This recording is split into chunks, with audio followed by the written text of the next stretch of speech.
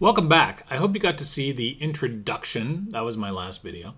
And right now I'm going to go keep going and just give you some more overview of what is information architecture, why should you care, why is it something you might want to pursue with me. I'm going to try to talk about it and see how you can get your own spin, because I think it is a long-term skill that's going to really benefit almost everybody over the next 10, 20 years. And it's a good thing, I think, to know. So why not spend a few minutes with me, shall we? So last time we did speak about the pyramid, and I just wanted to say the pyramid is just a concept, but I think it helps, right? We talked about data turning into wisdom. We talked about how people recognize patterns, and somehow patterning is going to be something that people find a lot of joy in, you know, making things. And that's as I said, my passion is design, but you know, making patterns that are pleasant is a great thing. Musicians, I mean, all that stuff is wonderful. You take some notes, there's a bunch of notes out there, a bunch of tones, you organize it, and you're going to make some music. So there you go. Pattern, fabulous stuff. Information, I would like to say, is storytelling. Storytelling is really about context. There's some meaning behind, like, why did that person go here? Why did they do that? They have motivations or something. So information is definitely above pattern because it might teach you a lesson. Don't go out into the dark at night. Little Red Riding Hood, whatever. Anyway, so even though there's a bunch of things, it's supposed to gather together into some contextually relevant story.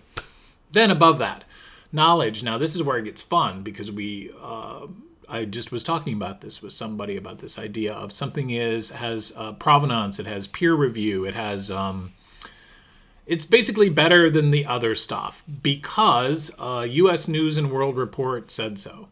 I'm using just that as an example. There's so many ways that we would like to not deal with all the information out there. That could be probably the best one. Well, there's a million of them, but the New York Times bestseller list. How that became a thing, I have no idea. But because your book is on the bestseller list, it becomes a bestseller. So some of these things are absolutely terrific, right? They're the most popular songs, Grammy winners. Anyway, there's no end to authority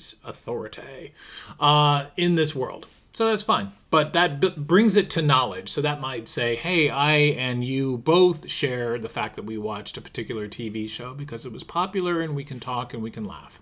And that's great, because really, really, knowledge. Come on, you go to school for how many years? It's good to have a basis of knowledge that you can share with others so that everyone isn't constantly teaching each other the same things over and over. And look how far you've gone, right? You've really gone a long way.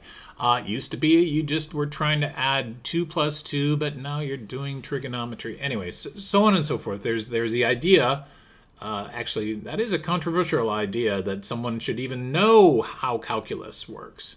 Many say, like, why? Why would you need to know this branch of mathematics? But anyway, I digress. And then, of course, when you get to this wisdom, I like the fact that now we call them influencers, right? Wisdom is if I say something, you will do it.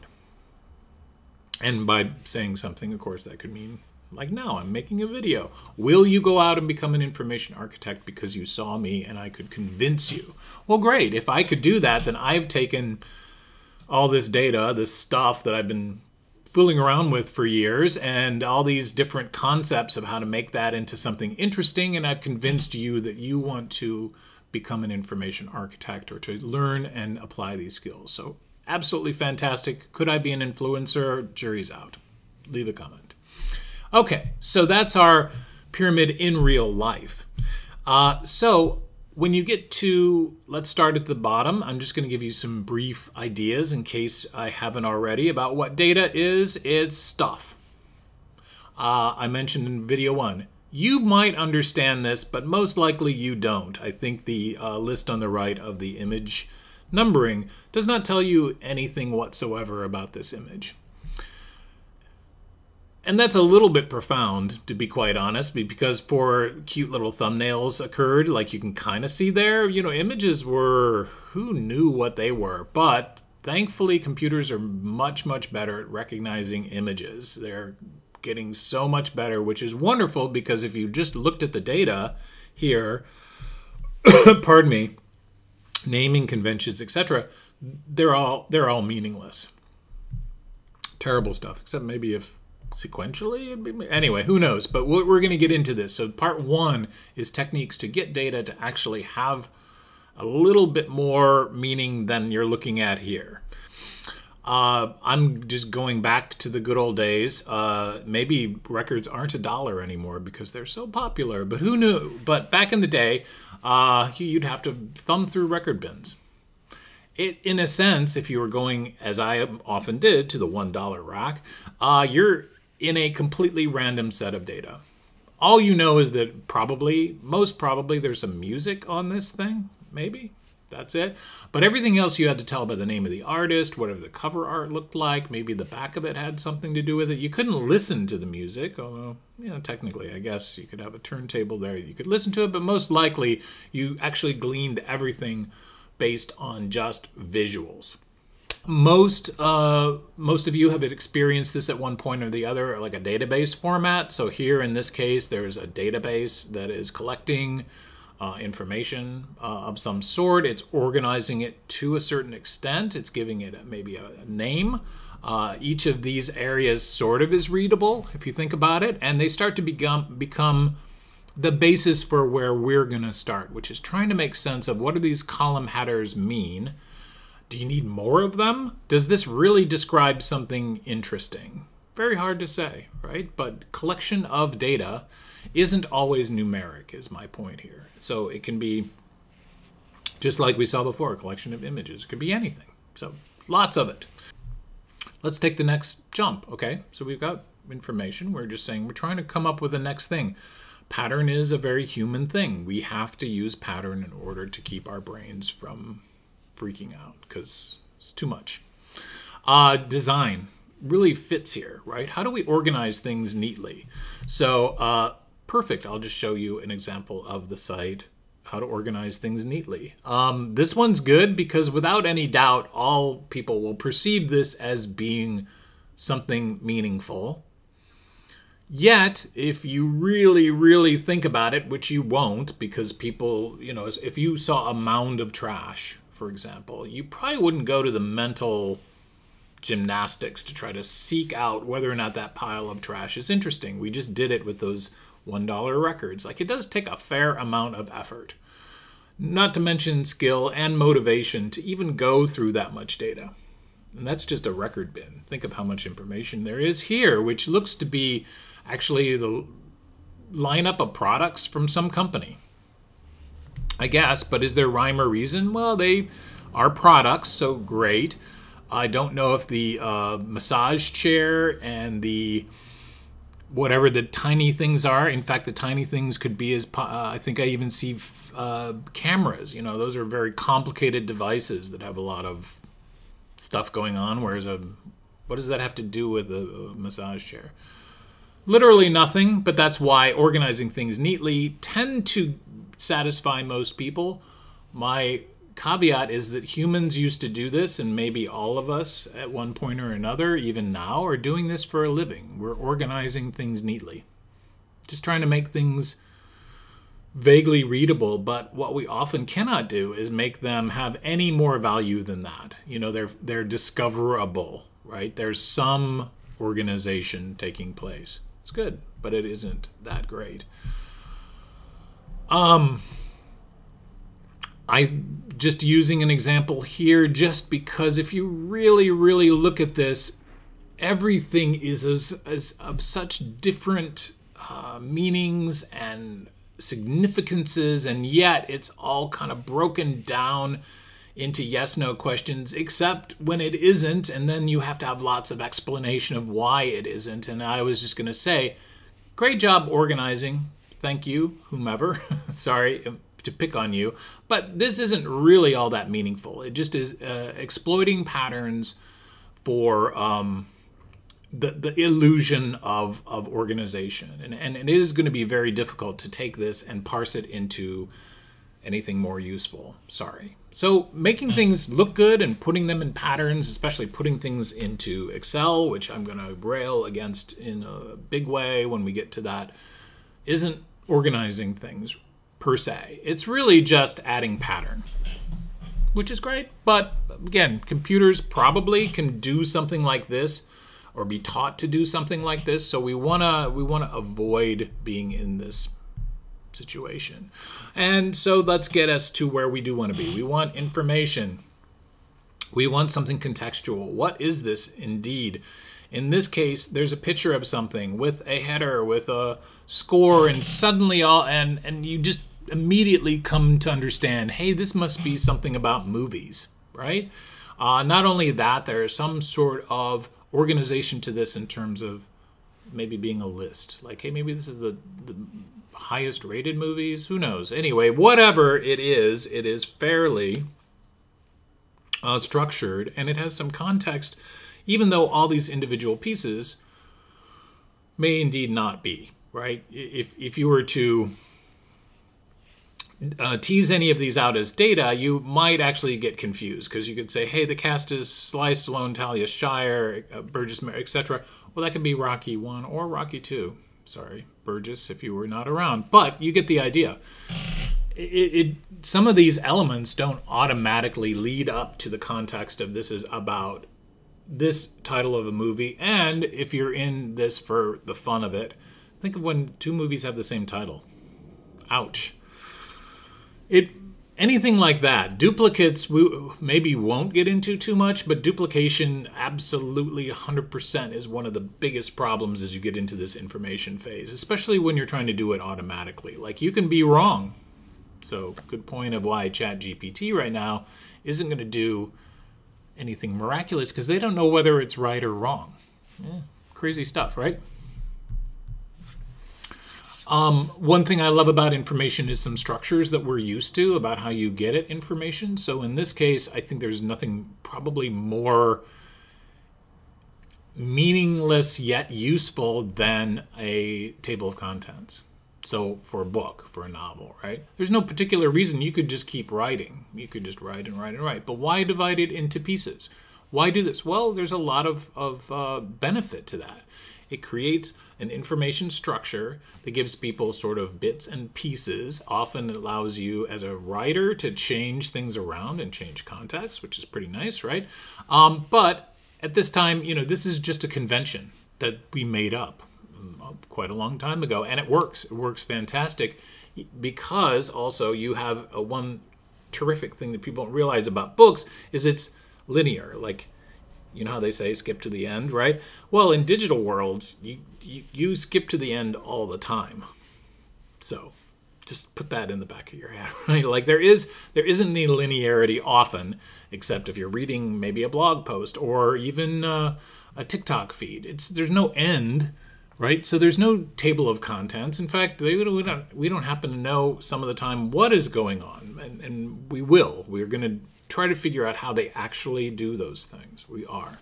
But narrative structures. And when we get into the other thing about information, we also love prioritizations. This is why Google is the king of lists, because it managed to have result number 1, number 2, number 3, number 4. It's a hierarchical list. Fantastic. Ordered list, for example. There's a top 10. Everyone wants to know what number 1 is, and maybe number 2, and maybe you're done at that point. So hierarchy is great. You can see contextually in this example something you see every day in something like a Craigslist, which is a really terrific way of showing a whole bunch of data, but giving you some enough context so that it doesn't become noise. Knowledge, at least on the web, in this sense, we talked about the New York Times bestseller list. Knowledge is great, but here, on the internet, it really was tough, really tough in the beginning. It's why Google, they had to do a lot of work to create the illusion of acceptance. Like, what was the rank? Why is that rank interesting? We'll go into how they did it, because it is, oddly, it's complicated. but it isn't like, it's not that complicated, because you're just saying, hey, in some way or another, I'm going to have a number and I'm going to count something, and being more is better, or more brings you up the list. So if you're in the world of, or have heard of the terms SEO, search engine optimization, things like that, we'll show you how they do it, or how you can make your things even more searchable, which is even better. How do you do it? How do you actually rank a bunch of stuff based on perhaps a keyword or something that someone typed in? Pretty neat problem. But I do remember, this is a flashback. We used to have page counters. So anytime you hit the site, and if you were the author, you could just hit it many times and it would count, and it would keep a little number tracking. And then you'd say, hey, wow, I'm really popular. Look like I have 100. I think Walter White did this in one of his kid did it, and earned all this money because he, anyway. So, popularity, people are sharing, likes, all that kind of stuff. That all comes from this hit counter thing. How many people have seen isn't as interesting because you can fake it. So then how many people have reacted? Oh, you can fake that too. Blah, blah, blah, endlessly. Yet that is absolutely one of the only ways that we're going to get up the pyramid. How is this better than everything else? It's going to be through some sort of social proof or some kind of algorithm that counts popularity. And, even Amazon has bestsellers, I guess. But does this actually mean something? Well, who are you counting? If it's being purchased upon or within Amazon, terrific. And then Amazon has ranks, and they are using that information, and they are using it to sort a list. Fantastic. It's knowledge. It's helpful. It's what we expect. We don't want to spend all the time going through every last little thing. We don't. And in fact, I think Amazon especially has tried to create interfaces where it's like random stuff. And I think all of them are gone. All of them failed. Just because people don't like random stuff. Go figure. Well, don't go figure, because the premise here is that we require things to have this label of knowledge in order to take them seriously. And we're oftentimes looking for expertise or other things to help guide us because we run out of things to do. And of course, what could be more so than Amazon reviews? But are all reviews worthwhile? I can counter. I do remember a site that I built, and for whatever reason, I tacked on, and it was about cat food. Cat chow, to be exact. And I thought, well, hey, if you're on cat chow, you can leave a review about cat chow. We'll add reviews to it. It seemed like a good idea at the time. Little did I realize how many people wanted to leave reviews about cat chow. We broke our initial interface because we just didn't think, I certainly didn't think as the designer that anybody would want to spend the time, but people do. So people go, and you can find hundreds and hundreds of different opportunities to go and express an opinion about something, offer up a rating of something, etc. That's all fantastic. In terms of it having meaning or knowledge, well, you fight it out. Maybe Amazon has a little bit more. Maybe it doesn't. Think this will change. And so if you're actually in this world of building social proof experiences, we'll talk about that too. It's a good one. It's a good place to be. And then finally, wisdom. I don't know if there's a better example, but this one really, really struck me because it was so... Well, here's what it did. So remember, it's just taking data. We started there. The stuff's kind of meaningless, not that great, and it's moving it up the pyramid very quickly. And I do believe that wisdom, in the computerized sense, comes from notifications, right? Because they are time sensitive. They're technically trying to do something to get you to notice them, right? Notifications. But what this is doing that I found so interesting, I don't know how, is, and maybe it's fake, so who knows, is that it knows I'm in Thailand. It knows what time it is, which, by the way, it is 7 o'clock. Still not used to 24 hours. 7 o'clock, and it says, hey, 3 hours from now, there's going to be a curfew. Great info. Again, something maybe I did not know. It's something that's anyway, fantastic. It's putting data pieces together because, what if I was in Laos? I don't know. Does that have a curfew too? It's taking a lot of context, putting it together, and then it's bringing it into something actionable. Wow. To me, this is probably the only version of wisdom, since it's often easy to inundate you with things that we think you should do, but not all of them are going to be necessarily putting a bunch of data pieces together. Most likely information is more like, hey, you've got mail, which in the time was great. It got your attention. It changed your behavior. That's the point of wisdom, is you're going to do something different because the computer went through some sort of crazy thing and then told you something and you did it.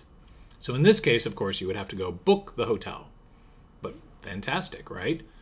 Little did you know that somehow you could be in bad shape and be put in prison or something like that. Who knows? Bad things could happen to you, but I'm going to take away that for you, and here it is. Here's the hotel. Click me, and it's going to offer you a hotel. Fantastic stuff. And for whatever reason, I like to throw Oprah in here. I always thought Oprah, whatever Oprah read, whatever she said, whatever she bought, people would buy because Oprah said to buy it.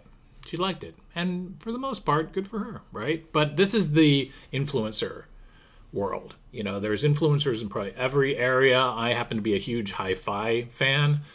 Believe me, there's lots of people who are there talking about hi-fi and trying to sell you hi-fi. So,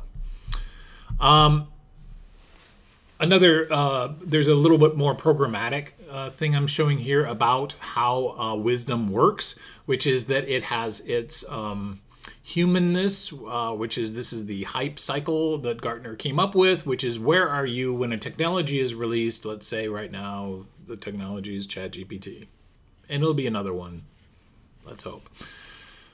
Where is it? So the point is you're innovating something, you have inflated expectations. Probably we are reaching the peak of inflated expectations because everyone finds it very compelling. But then, of course, it doesn't work. For whatever reason, it always plummets because that's the way we work as people, And by the way, the humanness of this is extreme. While it may be fun to graph it, knowing where you're at in a particular decision making is a really fabulously useful business skill. This is strategy, right? Are we going toward the next big thing because it's the thing of the moment and it's going to take us years, and by the time we get there, it would have moved along. It's always the perennial